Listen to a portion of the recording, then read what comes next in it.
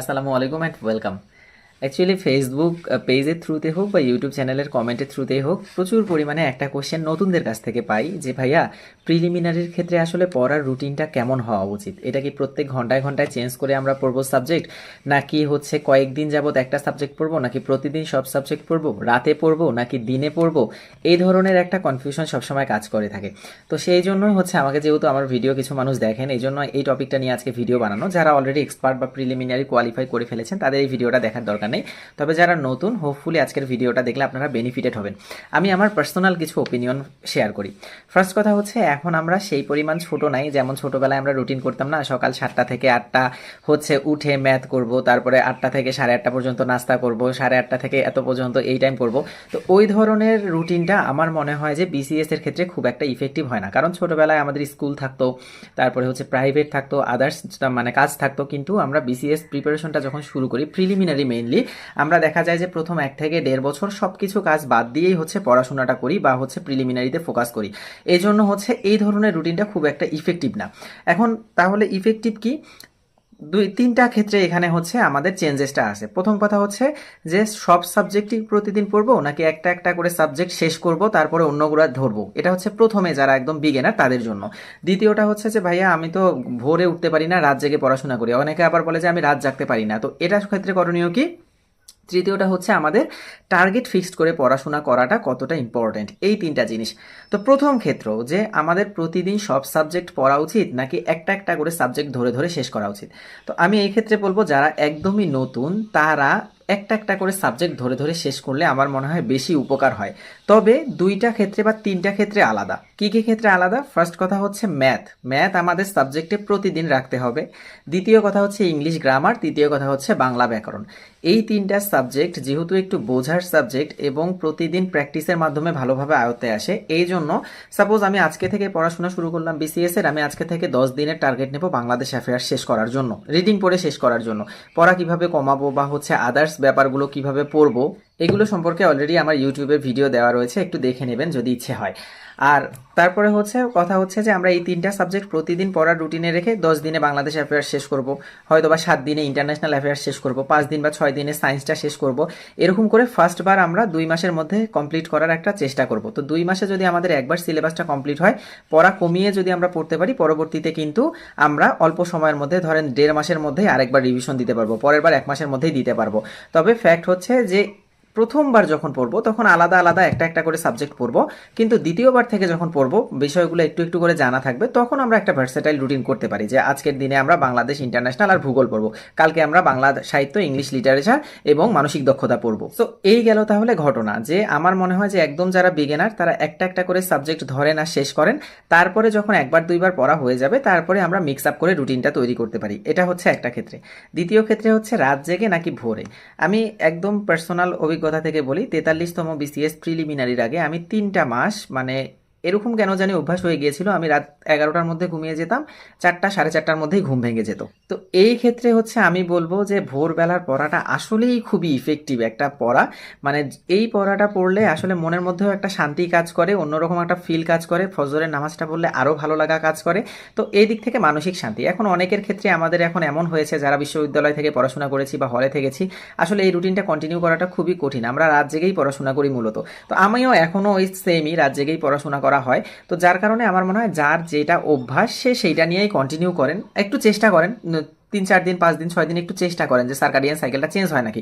যদি চেঞ্জ হয় তাহলে এটা ইফেক্টিভ, যদি চেঞ্জ না হয় এত বেশি টেনশন করার দরকার নাই, পড়াশোনা করেন রাত জেগে। তবে আমি বলবো যে 3টার পরে আর পড়াশোনা না করাটাই ভালো, কারণ আমি দেখেছি যে 3টার মধ্যেও যদি ঘুমিয়ে যাওয়া যায়, এদিকে 9টা 9:30টার মধ্যে ঘুম থেকে ওঠা যায়, কিন্তু 3টা পরে ঘুমোতে গেলেই দেখা যায় যে 11টা 11:30টা বেজে যায়, ঘুম ভাঙে না। আর আপনি দেখবেন যে যখনই সকাল 10টা পার হয়ে যায় মানে ঘুম থেকে উঠতে, তখন মনের মধ্যে একটা লো ফিল হয়, মনে হয় আল্লাহ দিনটা তো চলেই গেল, তখন অন্য অন্য পড়াশোনাগুলোও করতে আর এতটা ভালো লাগে না। এই জন্য আপনার টার্গেট থাকবে যত রাত জেগেই পড়াশোনা করেন না কেন, যে কোনো মূল্যে 9:30টার মধ্যে ঘুম থেকে উঠে 10টায় যেন আমি টেবিলে থাকতে পারি। 10টায় টেবিলে বসলেও 11, 12, 1 দেড় মানে 3-3.5 ঘন্টা কিন্তু কাজে লাগানো যায়। কিন্তু যদি আমরা 10টার পরে উঠি দেখবেন দিনটাই একদম নষ্ট হয়ে যায়, স্পয়েল হয়ে যায়। এই জন্য আমরা চেষ্টা করব যারা ফজরে উঠে পড়াশোনা করতে পারি 11টার দিকে বা 11:30টায় ঘুমিয়ে ফজরে উঠে পড়াশোনা করার, আর যাদের রাত জেগে পড়াশোনা করা অভ্যাস অন্তত পক্ষে 10টার মধ্যে যেন সকালবেলা আমি টেবিলে থাকতে পারি, এই টেন্ডেন্সি নিয়ে পড়াশোনার রুটিনটা করবেন, হোপফুলি কাজে দেবে। আর তৃতীয়টা হচ্ছে যে কয় ঘন্টা আমাদের পড়াশোনা করা উচিত। আসলে ঘন্টাটা স্পেসিফিক করা খুবই কঠিন, কারণ এক এক দিন এক এক রকম হতেই পারে মন মানসিকতা। তবে একটা কথা কি, ফ্রুটফুল ওয়ার্ক, স্মার্ট ওয়ার্ক আর হার্ড ওয়ার্কের মধ্যে পার্থক্য আছে। আমি যদি সারাদিন মোবাইল টিপি আর পড়াশোনা করি, এটা যতটা না ইফেক্টিভ, তার চেয়ে আমি যদি মোবাইলটা একটু দূরে রেখে 1-2 ঘন্টা পড়াশোনা করি, সেটা কিন্তু বেশি মানে ইফেক্টিভ। তার মানে আমাদের কোয়ালিটি টাইম স্পেন্ড করতে হবে, নট কোয়ান্টিটি অফ টাইম। মানে যত ঘন্টাই পড়ি না কেন, আমি যদি 6 ঘন্টা শার্প পড়াশোনা করি, আসলে অনেক পড়াশোনা হয়, কিন্তু 14 ঘন্টাও শুধুমাত্র টেবিলে বসে থেকে অন্যান্য কাজ করে কিন্তু মানুষকে দেখিয়ে আসলে লাভ নাই। নিজের কাছে সৎ থাকলে আমার মনে হয় 7 থেকে 8 ঘন্টা যদি রেগুলার কেউ পড়াশোনা করে, প্রিলিমিনারি 6 মাস বাকি থাকলে, তাহলেই এনাফ। তবে প্রিলিমিনারির 3 মাস বাকি আছে, এরকম ক্ষেত্রে কিন্তু অবশ্যই 10 ঘন্টা 12 ঘন্টা প্লাস করতে হবে সময়টা। প্রিলিমিনারির 1 মাস বাকি আছে, তার মানে সারাদিনে 12-13 ঘন্টা পড়াশোনা করতে হবে, অন্য কোনো চিন্তা করা যাবে না। কিন্তু এই যে পুরা বিসিএস জার্নিটা আপনার হয়তো বা প্রিলিমিনারির একটা জার্নি 8-10 মাসের জার্নি, আর টোটাল বিসিএস জার্নি তো 3-3.5 বছরের জার্নি। এই 3-3.5 বছর কেউ কিন্তু 13-14 ঘন্টা পড়াশোনা করতে পারে না, সে যে ক্যাডারই হোক না কেন। আপনারা ভালো করে কাছের ক্যাডারদের সাথে আলোচনা করে দেখবেন এটা সম্ভব না। এই জন্য মানে টাইম ওয়াইজ যদি আমার প্রিলিমিনারির জন্য 6 মাসের বেশি সময় থাকে, আমি প্রতিদিন 7 ঘন্টা 7.5 ঘন্টা পড়াশোনা করব, তবে কোয়ালিটি টাইম। আর একটু বেশি পারলে করব। যদি আমাদের 6 মাসের কম সময় থাকে তাহলে অবশ্যই 10 ঘন্টার মতো পড়াশোনা করার ট্রাই করব। যদি আমাদের 3 মাসের কম টাইম থাকে অবশ্যই 12 ঘন্টার প্লাস করার ট্রাই করব। এটা ডিপেন্ড করবে আসলে টাইমের উপর। আর যদি স্পেশাল কোনো কাজ না পড়ে তাহলে প্রতিদিন এই টাইমটা চেষ্টা করতে হবে। আর টার্গেট ফিক্সড করে পড়াটা খুবই ইম্পর্টেন্ট। এই টার্গেট ফিক্সড করলে হয় কি, আমার আর তখন ঘন্টার দিকে তাকাতেই হয় না যে আমার আসলে 2 ঘন্টা পড়বো নাকি 6 ঘন্টা পড়বো। সাপোজ আমি আজকে ফিক্সড করেছি আমি ম্যাথের লসাগু গসাগু অধ্যায়টার অর্ধেক করব, তারপরে ইংলিশ গ্রামারের নাউন অধ্যায়টা পড়ব, তারপরে আমি ঠিক করেছি বাংলাদেশ অ্যাফেয়ার্সে 47 থেকে 71 পর্যন্ত পড়ব, আবার ঠিক করেছি বিজ্ঞানের প্রথম অধ্যায়টা পড়ব।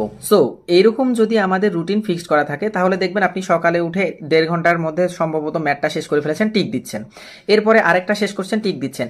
এভাবে করে টিক দিতে দিতে দেখবেন রাত হয়ে গিয়েছে, আপনার হয়তো বা রাত 10টা বাজে বা 11টা বাজে, তখনও আরও একটা টপিক পড়া বাদ আছে। আপনার তখন কিন্তু গায়ের মধ্যে লাগবে যে আমার এই টপিকটা শেষ করে তারপরে উঠতে হবে। তো খুব স্বাভাবিকভাবেই তখন আর আমার ঘন্টার কথা চিন্তা করতে হচ্ছে না যে আমার আসলে কয় ঘন্টা পড়া উচিত।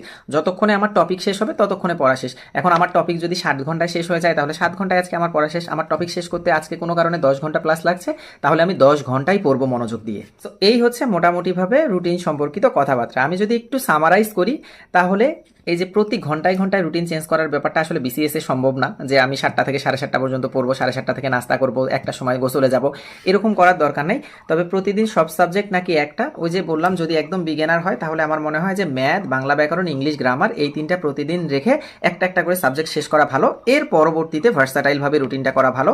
রাত জেগে পড়বো নাকি ভোরে এটা তো ডিপেন্ড করছে আপনার ওপর। তবে যতই রাত জেগে পড়েন না কেন সকালবেলা 10টার মধ্যে টেবিলে থাকার চেষ্টা করবেন, এটা আমার সাজেশন। আর হচ্ছে টার্গেট ফিক্সড করে পড়া। আরেকটা জিনিস, আমরা রুটিনটা একটু চেঞ্জ করে করে পড়বো। সাপোজ এই 5 দিন বা 7 দিন আমি একরকম রুটিন ফলো করতে করতে দেখা যায় যে বোরনেস আসে, ভাল লাগে না আর, যে প্রতিদিন সকালবেলা উঠেই আমি ভোকাবুলারি পড়ছি, আমার 3-4 দিন পরে আর ভাল লাগছে না। তো সেই ক্ষেত্রে আমি 5-6 দিন পর পর রুটিনটা একটু চেঞ্জ করব। আজকে ওই সকালে গ্রামারের জায়গায় হয়তো বা ম্যাথ দিলাম বা বাংলাদেশ অ্যাফেয়ার্স দিলাম, অন্য কিছু ভালো লাগছে সেটা দিলাম। এইভাবে করে যদি রুটিনটা চেঞ্জ করা হয় তাহলে মাইন্ডটাও একটু ডাইভার্সিফাই হয় এবং আমাদের দেখা যায় যে পড়াশোনায় অধিক মনোযোগ আসে। তো এই হচ্ছে আমার রুটিন সম্পর্কিত কথাবার্তা। হোপফুলি আপনারা যারা নতুন তাদের একটু হেল্প হবে। সবাই ভালো থাকবেন, সুস্থ থাকবেন।